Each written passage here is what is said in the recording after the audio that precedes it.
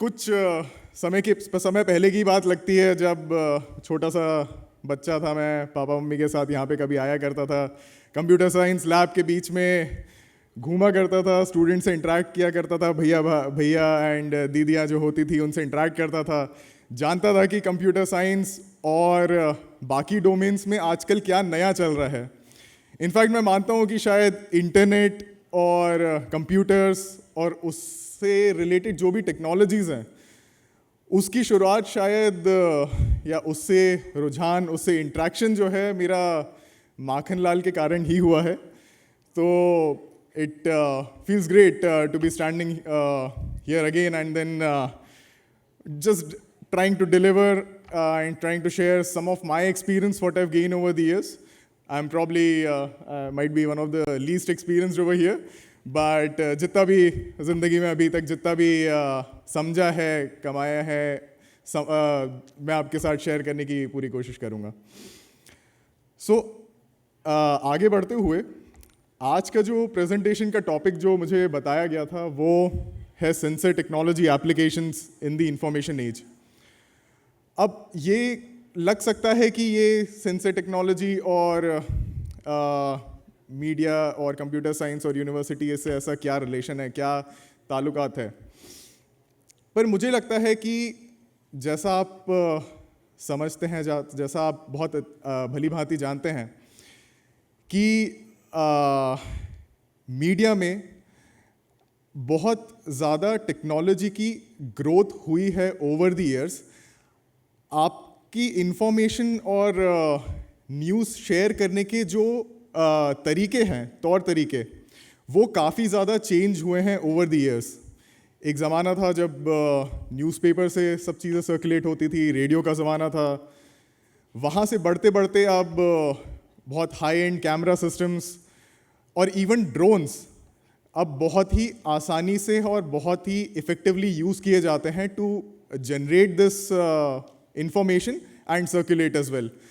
सो मैं मानता हूँ कि शायद थोड़ा बहुत इससे इंटरेक्शन रखना और पता रखना काफ़ी ज़्यादा ज़रूरी है कि आजकल दुनिया में नई टेक्नोलॉजीज़ क्या क्या आ रही हैं, और उन टेक्नोलॉजीज़ का कोर जो है वो ये सेंसर्स ही होते हैं। तो उसी के लिए मैंने सोचा कि मैं थोड़ा सा इन्फॉर्मेशन शेयर करने का ट्राई करता हूँ। और उसके अलावा सेंसर टेक्नोलॉजी तो एक बात हुई, उसके अलावा जो मेरा स्टार्टअप का एक्सपीरियंस रहा है, एक building a hardware technology startup in defence domain and in a robotics domain, how has it been over the years and what are the challenges we faced along the way, and probably if you can maybe resonate a little bit if you have some intentions to start your own as you go forward. So with that, I'll just go forward. Can we move to the next slide, please?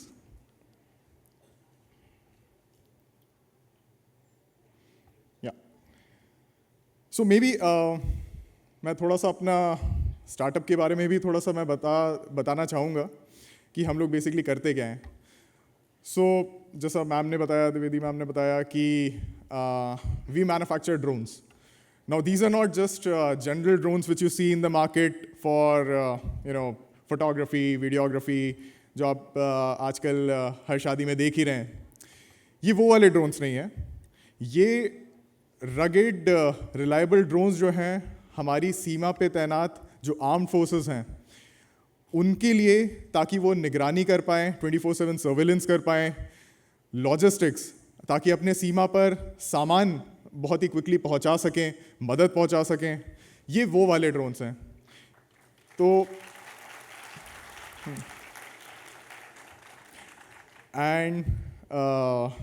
तो ये हम लोग करते हैं। अब उसका ये जो ड्रोन्स जो हम लोग बनाते हैं उसका जो सबसे कोर एलिमेंट होता है वो होते हैं ये सेंसर्स। सेंसर्स की वजह से ही ड्रोन अपना एनवायरनमेंट सेंस कर पाता है, उड़ान भर पाता है, एंड कुछ भी इम्पॉर्टेंट इंफॉर्मेशन कलेक्ट करके अपने ये आर्म्ड फोर्सेस के जवानों के हाथ में वो पहुंचाता है। इसके अलावा भी सेंसर्स से जो है आपका इंटरेक्शन बहुत ही डेली बेसिस पे होता होगा। There are many sensors which we use generally in our everyday life. The sensors are everywhere, these are miniature.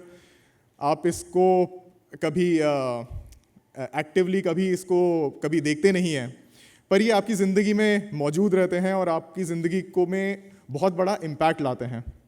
For example, जैसे आपके स्मार्टफोन में एक्सेलरोमीटर, प्रॉक्सिमिटी सेंसर, आपके कार में और आपके फ़ोन में जीपीएस सेंसर, आपके अगेन स्मार्टफोन्स में टच स्क्रीन सेंसर्स, एंड आपकी स्मार्ट वॉच में हार्ट रेट मॉनिटर करने वाले सेंसर. ये सारे बहुत ही मिनिएचराइज्ड सेंसर्स हैं जो हमें पता नहीं रहता है, पर ये हमारी ज़िंदगी को हर दिन शेप करते हैं. Can we move to the next slide? या नाउ ये जो इवोल्यूशन हुआ है हमारा टेक्नोलॉजीज़ में, पहले किस तरीके से टेक्नोलॉजी से हम लोग का इंटरेक्शन होता था और अभी क्या हालात हैं, तो उस पर ये कुछ स्लाइड में बताना चाहता था. इधर शुरुआत हुई थी एग्रीकल्चरल एज से, जहाँ पे बहुत ज़्यादा फोकस था human animal effort and labour पे, जहाँ पे डिसीजंस जो हैं वो वहाँ पे मौजूद इंसान अपने आजू बाजू के हालात को देखकर वो लिया करता था. मदद करने के लिए कुछ बहुत ही बेसिक टूल्स और टेक्नोलॉजीज़ ही अवेलेबल रहती थी. वहाँ से हम बड़े आगे एक इंडस्ट्रियल एज, एक मशीन एज में, जहाँ पे स्टीम इंजन का आविष्कार हुआ, जो हमारी लाइफ को थोड़ा और बेहतर बनाने में उसने काफ़ी मदद की. उसने थोड़ी थोड़ी चीज़ें ऑटोमेट करने की और एनर्जी प्रोवाइड करने की कोशिश की. मैनुअल वर्क से हमारा ऑटोमेटेड मैन्युफैक्चरिंग प्रोसेस पे हम लोग का बढ़ावा हुआ. फिर उसके बाद आई डिजिटल एज, जहाँ पे हुआ कंप्यूटर्स और डिजिटल इंफॉर्मेशन प्रोसेसिंग, उसकी शुरुआत, जो आप बहुत भली भांति जानते हैं. इन कंप्यूटर्स ने हम लोग को इतना सारा डेटा जो एवरीडे बेसिस पे हम लोग कलेक्ट करते हैं, उसको एक्टिवली और बहुत क्विकली प्रोसेस करने की कैपेबिलिटी दी. एंड अब हम जिस एज में हैं वो है इंफॉर्मेशन एज, जहाँ पे डेटा के बहुत सारे माध्यम हैं. हर जगह से डेटा ही, आप न्यूज़ में भी सुनते होंगे, पढ़ते होंगे कि data is the new oil. And दुनिया भर में डेटा सेंटर्स जो हैं वो बड़ी तेज़, बड़ी ज़्यादा तादाद में आते जा रहे हैं. अब ये डेटा को प्रोसेस करके इंसाइट जनरेट करना ही एक नई करेंसी बन गई है. और उस डेटा को जनरेट करने के लिए जो बैकग्राउंड में जो चीज़ काम करती है वो है सेंसर्स. ये डेटा जो आता है वो इन्हीं छोटे छोटे सूक्ष्म जो सेंसर्स हैं उन्हीं से वो डेटा जनरेट होता है, और जिसको ये कंप्यूटर्स और जो एज एआई डिवाइसेस हैं वो उनको प्रोसेस करके इंसाइट्स जनरेट करती हैं, एक्शनेबल इंसाइट्स, जिस पे आप कुछ भी एक्शन ले पाते हैं. सो अभी इंफॉर्मेशन एज का ज़माना है और इसीलिए सेंसर्स के बारे में जानना बहुत ही इम्पॉर्टेंट हो जाता है. We move to the next. So यहाँ पे बेसिकली सेंसर्स अगेन कहाँ पे यूज़ होते हैं. तो स्मार्ट सिटीज़ में आपने देखा होगा ट्रैफिक फ्लो वगैरह मॉनिटर करने के लिए कैमरा सेंसर्स यूज़ होते हैं, motion sensors, optical flow sensors, to understand कि भाई ट्रैफिक के हालात किसी इंटरसेक्शन पे क्या हैं और उसके हिसाब से मुझे उसको मिटिगेट करने के लिए, उसको ट्रैफिक कंजेशन को सॉल्व करने के लिए क्या डिसीजन लेना पड़ेगा, वो सेंसर्स यहाँ पे यूज़ होते हैं. फिर होते हैं एयर क्वालिटी सेंसर्स, जो आज अभी एयर क्वालिटी का हम जानते हैं कि मतलब बहुत एक बड़ी दिक्कत है अपने देश में, एंड उसको एक्टिवली मॉनिटर करना बहुत ज़रूरी है. तो उसके लिए ये एयर क्वालिटी सेंसर्स जो PM 2.5 और वो सब पार्टिकल्स जो हैं उनको डिटेक्ट करते हैं और वो बताते हैं कि भाई आपका पोल्यूशन लेवल कहाँ पे है, कितना है, and so on and so fourth. Health care में बहुत सारे वेरेबल टेक्नोलॉजीज़ हैं जो हम यूज़ करते हैं, जो आपकी हार्ट बीट, ऑक्सीजन लेवल्स और ये सब बताते हैं. I am pretty sure Covid में सबका इंटरैक्शन जो है इन सेंसर से ऑलरेडी हुआ था, जब हम लोग सब लोग O2 लेवल नापते थे, हार्ट बीट लेवल नापते रहते थे. तो ये सब आज हम लोग के स्मार्ट डिवाइसेस में अवेलेबल है. सिमिलरली डिफेंस में जो है हम लोग ऐसे बहुत ही यूनिक सेंसर्स जो हैं वो यूज़ करते हैं, जिसमें लीडास और IMUs, सर्वेलेंस के लिए थर्मल इमेजिंग कैमरास और नॉर्मल ऑप्टिकल कैमरास, इन सब का काफ़ी उपयोग होता है। उसके अलावा कभी इन्वायरमेंटल कहीं लीकेज हो जाए, न्यूक्लियर फॉलआउट या ऐसा कुछ हो जाए, तो उसको डिटेक्ट करके और मिटिगेट करने के लिए इन ड्रोन में एक बहुत ही विभिन्न तरीके के सेंसर्स इस्तेमाल में लाए जाते हैं। Can you move to the next?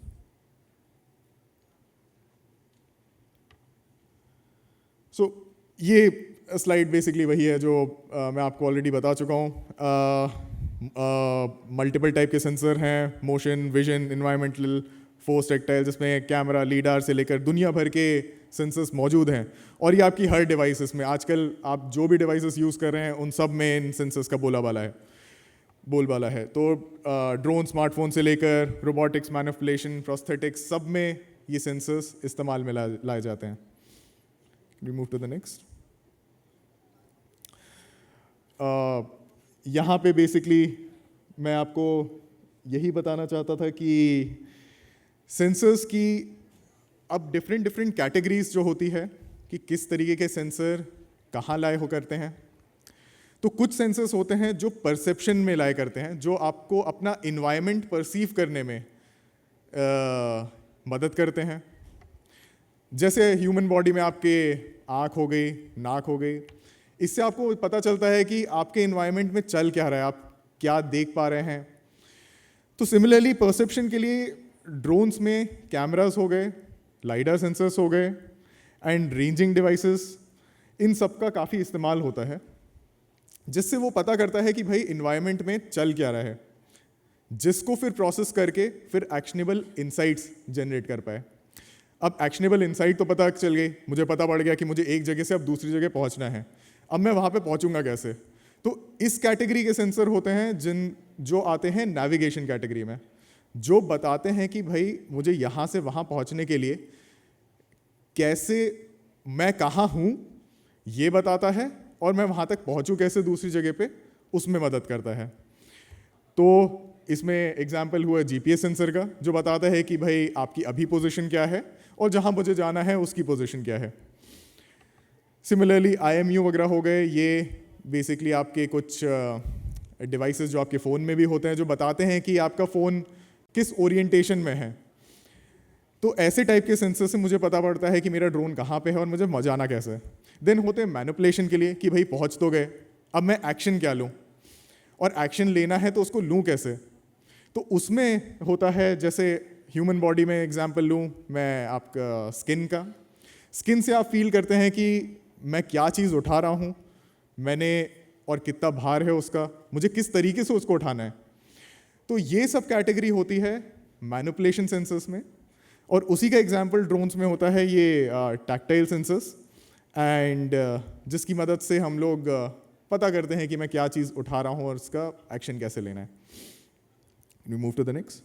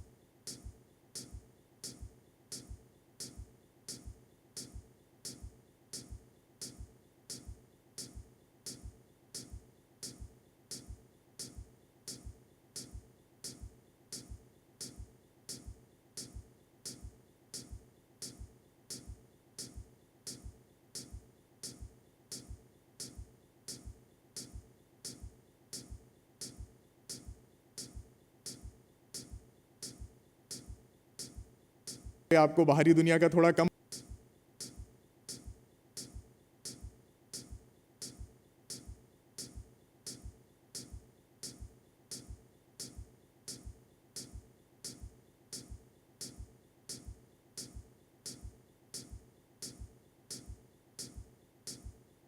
हम लोग का पहला इरादा नहीं था कि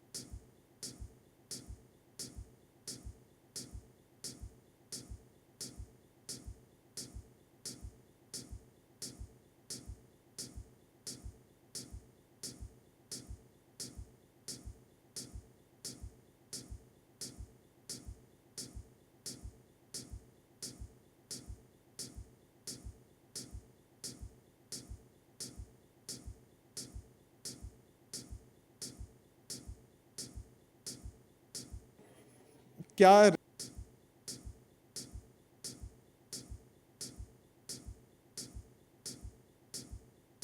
टेस्ट वेस्ट किया है थोड़ा बहुत हम लोगों ने, सब अच्छा ही होगा। बट इस फेज ने हम लोग को जोर से एक जो चपाटा मारा है वो मैं भूल नहीं सकता हूँ। इस जगह पे हम लोग को पता पड़ा कि डिफेंस में जो टेक्नोलॉजीज होती हैं वो इतनी रिगरस क्यों कहलाती हैं, वो क्या मांगती हैं, क्या रिलायबिलिटी मांगती हैं, और फाइनली आर्म्ड फोर्सेस जो हैं वो किन हालात में इन टेक्नोलॉजीज़ का उपयोग करते हैं और खुद भी डिप्लॉयड रहते हैं। सो वहाँ पे जब हम लोग के प्रोडक्ट्स इनिशियली मैदान में उतरे और फेल होना चालू हुए, तब हम लोग को एक रियलिटी चेक मिला कि जो हम लोगों ने बनाया है वो तो डायरेक्टली काम नहीं आने वाला। बहुत सारे हम लोगों ने ये नो कॉस्ट नो कमिटमेंट के डेमोज किए डिफेंस टेक्नोलॉजीज़, और बहुत जगह पे ये आप टर्म सुनेंगे नो कॉस्ट नो कमिटमेंट, जहाँ पे आप लोगों को हर जगह पे डेमो करने तो जाना पड़ता है बट उसके बदले में आपको कोई ऑर्डर का कमिटमेंट नहीं मिलता और ना ही पैसे मिलते हैं। तो ऐसा हम लोगों ने बहुत बार किया, पैसे खर्च करके हम लोग की टीम जाती थी और ड्रोन गिरा के आ जाती थी। तो करते करते पैसा ख़त्म हो गया। बट इस दौरान हम लोगों ने काफ़ी कुछ हम लोग को सीखने को मिला कि भाई ये B2G साइकिल्स जो हैं वो होती कैसी हैं, प्रोक्योरमेंट साइकिल्स क्या होती हैं। पहले हम लोग को लगता था कि बस दिखाएंगे और टेंडर पास हो जाएगा और ऑर्डर मिल जाएगा, बट नहीं, वो भी एक रियलिटी चेक मिला कि इस तरीके से नहीं होता है। एंड ये जो टाइम साइकिल्स हैं ये बहुत लंबी होती है और आपको उस तरीके से प्रिपेयर करना रहता है, अपना कैश फ्लो मॉनिटर करना रहता है, और तभी आपकी कंपनी चल पाएगी, वरना नहीं चलेगी। ये हम लोगों ने सीखा। तो वहाँ से सीखते सीखते फिर हम लोगों ने अपने प्रोडक्ट पे कैसे भी काम किया, और किस्मत से फिर हम लोगों ने अपना फर्स्ट ऑर्डर जो है वो आर्म्ड फोर्सेस से इसी पीरियड में हम लोगों ने हासिल किया। एंड उसी के बदौलत फिर हम लोगों ने अपना सबसे पहले जो एक्सटर्नल एक कैपिटल राउंड है, जो सीड राउंड है, वो रेस किया। And that was the first validation after years of struggle. And that too, I mean, just to remind you, I mean, that was the same period when COVID struck. And that was the time when all of us were operating remotely. And आप जान सकते हैं कि मतलब सिर्फ computer science से जो जिस फील्ड में है वहाँ पे तो रिमोट वर्क करना पॉसिबल होता है, बट कोई भी हार्डवेयर रिलेटेड अगर एनवायरनमेंट में फाइनली जाके स्क्रू ड्राइवर तो किसी को घुमाना ही पड़ेगा। तो हम लोग यहाँ रिमोट वर्क कुछ था नहीं, और उस ज़माने में, उस टाइम में एक हार्डवेयर स्टार्टअप को मैनेज करना, रिमोटली कैसे भी करके आगे बढ़ाना और डिलीवर कर पाना, ये बहुत बड़ा चैलेंज था जिसको हम लोगों ने ओवरकम करने की कोशिश की।